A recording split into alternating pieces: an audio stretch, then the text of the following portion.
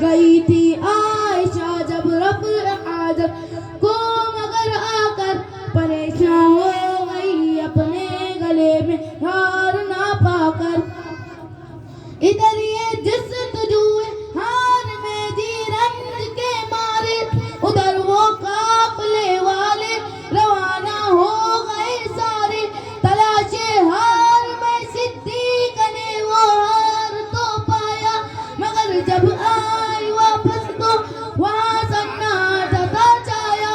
खुदा की शान पीछे आ रहे थे हजरत सफवा, करीब आकर जो देखा आयशा को हो गए हैरान। वो बेटी ऊंट पे उनके वो पैदल चल पड़े लेकर, वो बेटी ऊंट पे उनके वो पैदल चल पड़े लेकर। के दिल भी साफ और पाकीज़गी के दोनों थे पेकर। बहुत ही जल्द अपने काफिले से जा मिले दोनों, मुनाफिक बिन उबई को ये खटकने लग गए दोनों।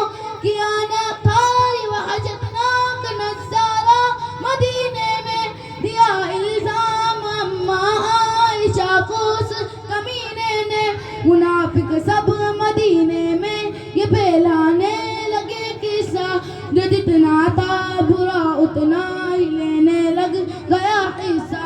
अभी तक पाक सिद्दीका तो कुछ मालूम ही ना था, ये तो मासूम थी पर दुश्मनों के दिल में कीना था।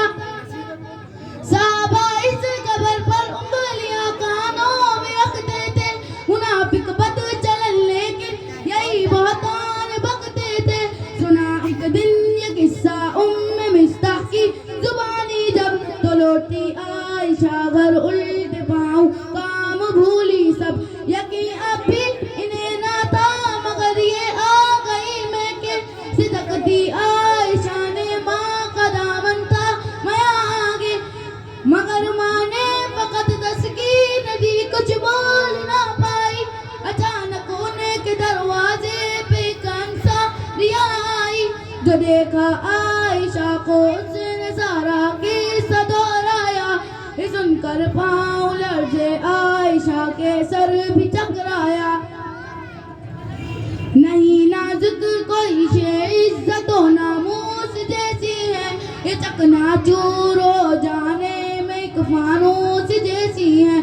गमों से भर गया था सीना, दिल भी पारा पारा था। फकत तन्हाई का दामन तासू का सहारा था। जिक्र करती अम्मी आयशा ये अलमिया हमसे, थी आंखें खुश्क मेरी हो गई रो रो के इस गम से।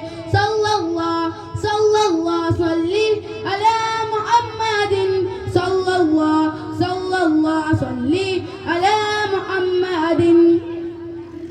फिर एक दिन आ गई सरकार दो आलम मेरे घर पर, कहा जब मुझको देखा गमज़दा हो अपने बिस्तर पर।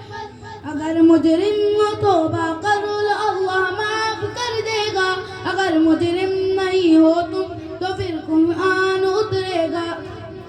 ये सुनकर हो